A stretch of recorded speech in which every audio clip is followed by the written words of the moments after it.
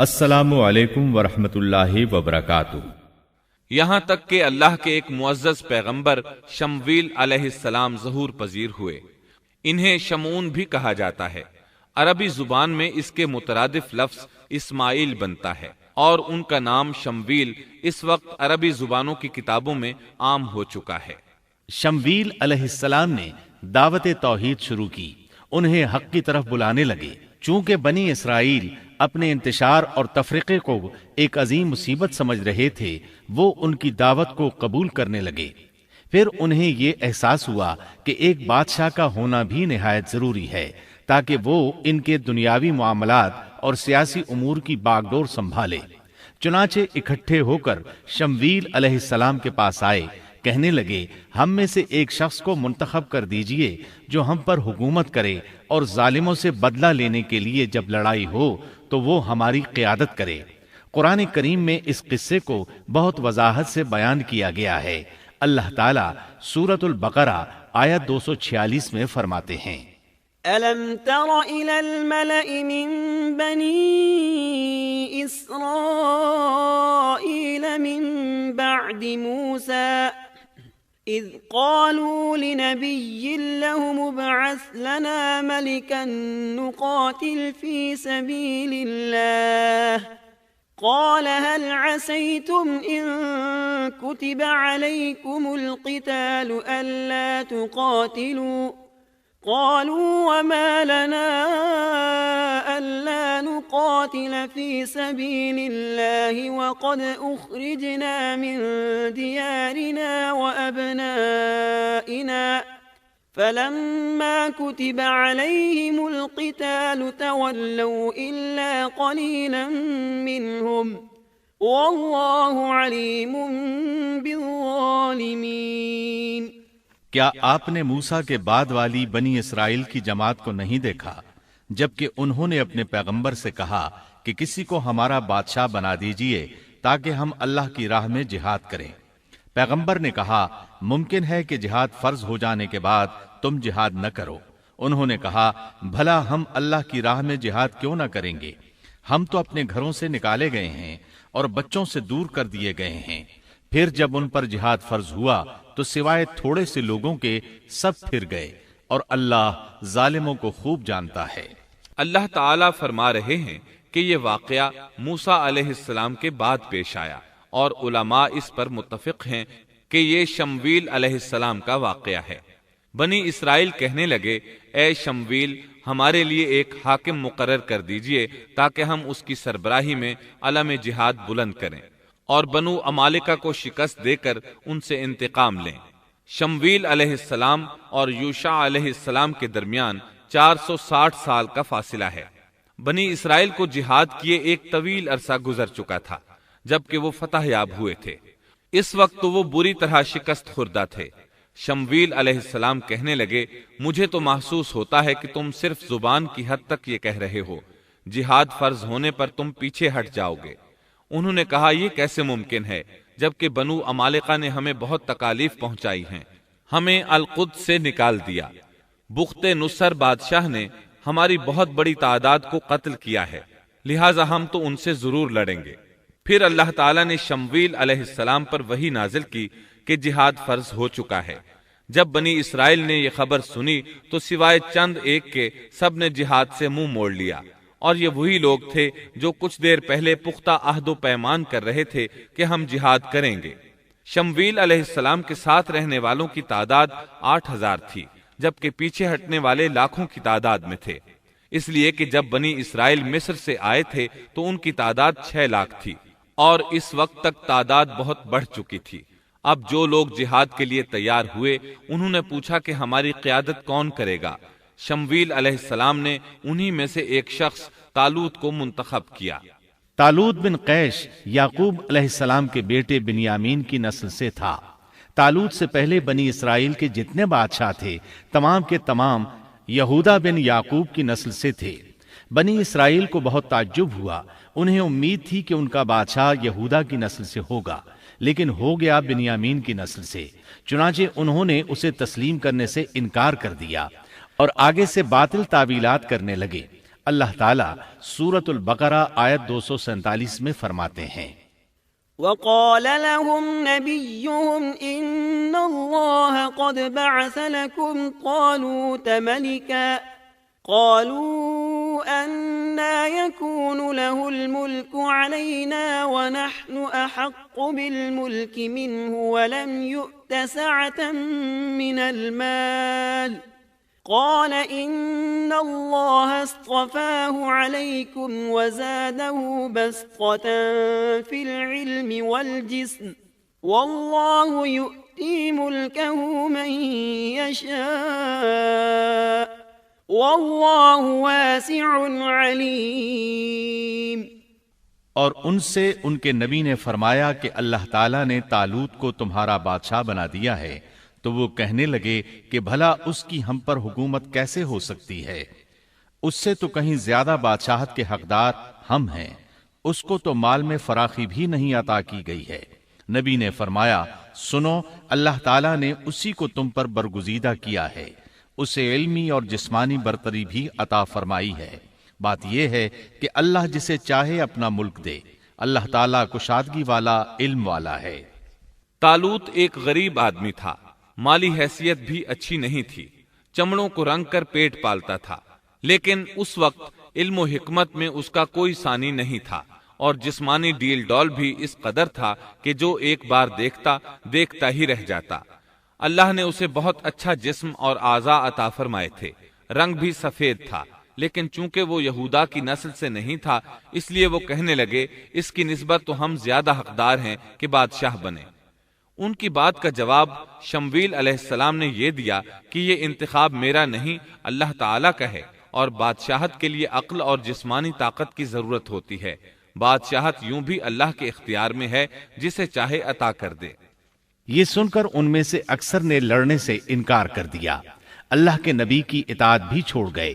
اس نازک موقع پر شمویل علیہ السلام نے ان سے کہا، اگر میں تمہارے پاس کوئی ایسا نشان اور معجزہ لے آؤں جو ثابت کر دے کہ یہ اللہ کا انتخاب ہے، تو کیا تم میری باتوں پر یقین کر لو گے؟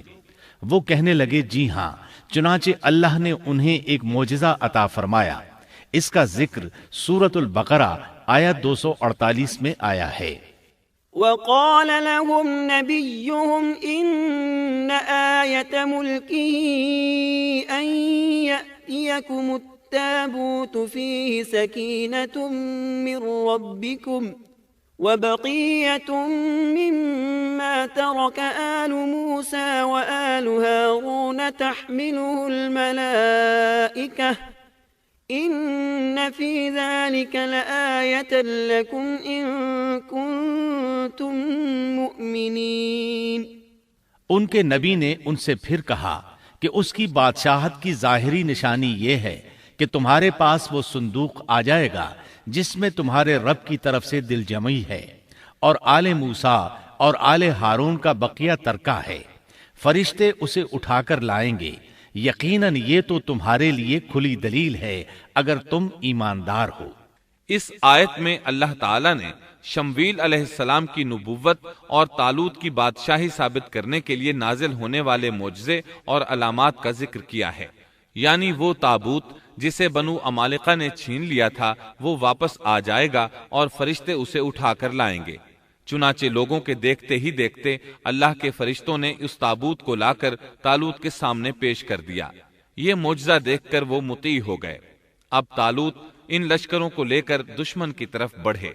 اللہ تعالیٰ سورۃ البقرہ آیت 249 میں فرماتے ہیں، فلما فصل طالوت بالجنود قال إن الله مبتليكم بنهر فمن شرب منه فليس مني ومن لم يطعمه فإنه مني إلا من اغترف غرفة بيده فشربوا منه إلا قليلا منهم۔ جب طالوت لشکروں کو لے کر نکلے تو کہا، سنو، اللہ تمہیں ایک نہر سے آزمانے والا ہے، جس نے اس میں سے پانی پی لیا وہ میرا نہیں، اور جو اسے نہ چکھے گا وہ میرا ہے۔ ہاں، یہ اور بات ہے کہ اپنے ہاتھ سے ایک چلو بھر لے، لیکن سوائے چند کے باقی سب نے پانی پی لیا۔ جب طالوت نے سفر شروع کیا تو راستے میں ایک نہر آ گئی، ادھر لشکر پیاسا تھا۔ اللہ تعالیٰ نے اس کے ذریعے مخلص لوگوں کو الگ کرنے کے لیے ایک امتحان لیا۔ یہ نہر اردن تھی، فلسطین اور اردن کے درمیان رواں دواں تھی بھی وہ دونوں کے قبضے میں۔ آزمائش اور امتحان کے لیے حکم یہ ہوا کہ باوجود سخت پیاس کے پانی کو استعمال نہ کرنا، صرف ایک چلو بھر کر پینے کی اجازت تھی، اور جو شخص سیر ہو کر پیے گا وہ آپ کے ساتھ نہیں جا سکے گا۔ جب وہ گزرنے لگے تو چند ایک نے ایک چلو پانی لیا، باقی سب نے زیادہ پانی پی لیا اور اس آزمائش میں ناکام ہو گئے۔ کامیاب ہونے والوں کی تعداد صرف اور صرف 313 تھی۔ صحیح بخاری میں سیدنا برا بن عازب رضی اللہ عنہ سے روایت ہے کہ ہم اصحاب محمد صلی اللہ علیہ وسلم آپس میں یہ باتیں کیا کرتے تھے کہ غزوہ بدر میں شریک ہونے والوں کی تعداد طالوت کے ساتھیوں کے برابر تھی۔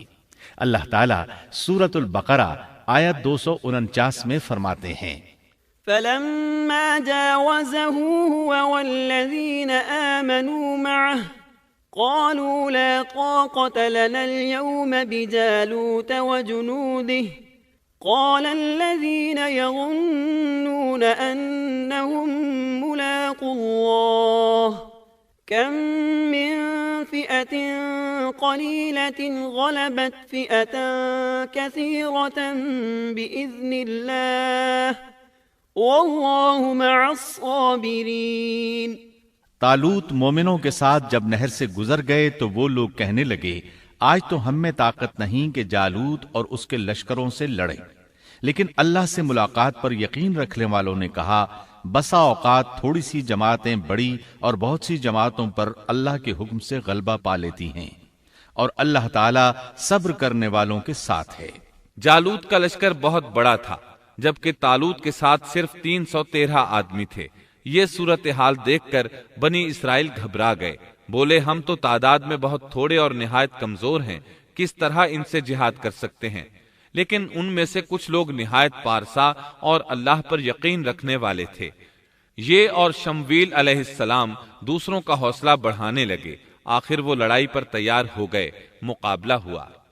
ولما برزوا لجالوت وجنوده قالوا ربنا أفرغ علينا صبرا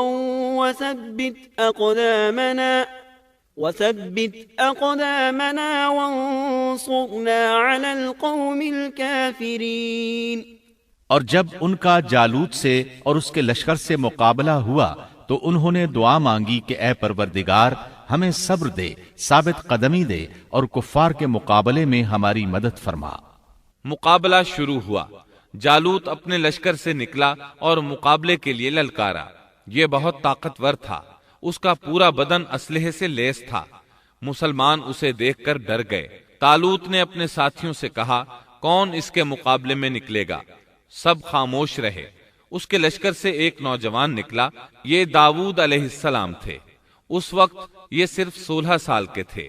یہ رسی میں پتھر باندھ کر اس کو گھما کر پھینکنے کے ماہر تھے۔ نشانہ زبردست تھا، پتھر بہت تیزی سے جاتا تھا، اس کی ضرب بہت شدید ہوتی تھی۔ جالوت نے انہیں دیکھ کر مذاق اڑایا۔ اس نے کہا، نوجوان تم ابھی بچے ہو، واپس جاؤ، میرے مقابلے میں کسی بڑے کو بھیجو۔ داؤد علیہ السلام نے اپنی رسی کو گھمایا، اس میں بندھے ہوئے 3 پتھر خاص انداز سے پھینک دیے۔ تینوں گولی کی رفتار سے آئے اور اس کے ماتھے پر لگے۔ جالوت کا سر پاش پاش ہو گیا اور وہ مر گیا۔ اس کے مرتے ہی جالوت کے لشکر میں خوف ہراس پھیل گیا۔ طالوت نے اپنے 313 مجاہدوں کے ساتھ ان پر حملہ کر دیا۔ ان میں کھلبلی مچ گئی، سنبھل نہ سکے، پیٹھ پھیر کر بھاگے۔ فہزموہم بإذن اللہ وقتل داود جالوت۔ پس اللہ تعالیٰ کے حکم سے انہوں نے جالوتیوں کو شکست دے دی اور داود کے ہاتھوں جالوت قتل ہو گیا۔ یوں اللہ تعالیٰ نے بنی اسرائیل کو دوبارہ غلبہ عطا فرمایا۔ فتح کے بعد طالوت نے داود علیہ السلام کو اپنا داماد بنا لیا۔ اس طرح داود علیہ السلام طالوت کے بعد بادشاہ بنے۔ اللہ تعالیٰ سورۃ البقرہ آیت 251 میں فرماتے ہیں، وآتاه الله الملك والحكمة وعلمه مما يشاء، اور اللہ تعالیٰ نے اسے بادشاہت اور حکمت عطا فرمائی اور جتنا کچھ چاہا علم بھی عطا فرمایا۔ اس طرح اللہ تعالیٰ نے داؤد علیہ السلام کو بنی اسرائیل کا بادشاہ بنا دیا۔ بادشاہت اور نبوت ان کے پاس جمع ہو گئی، اور ایسا طویل عرصے کے بعد ہوا تھا۔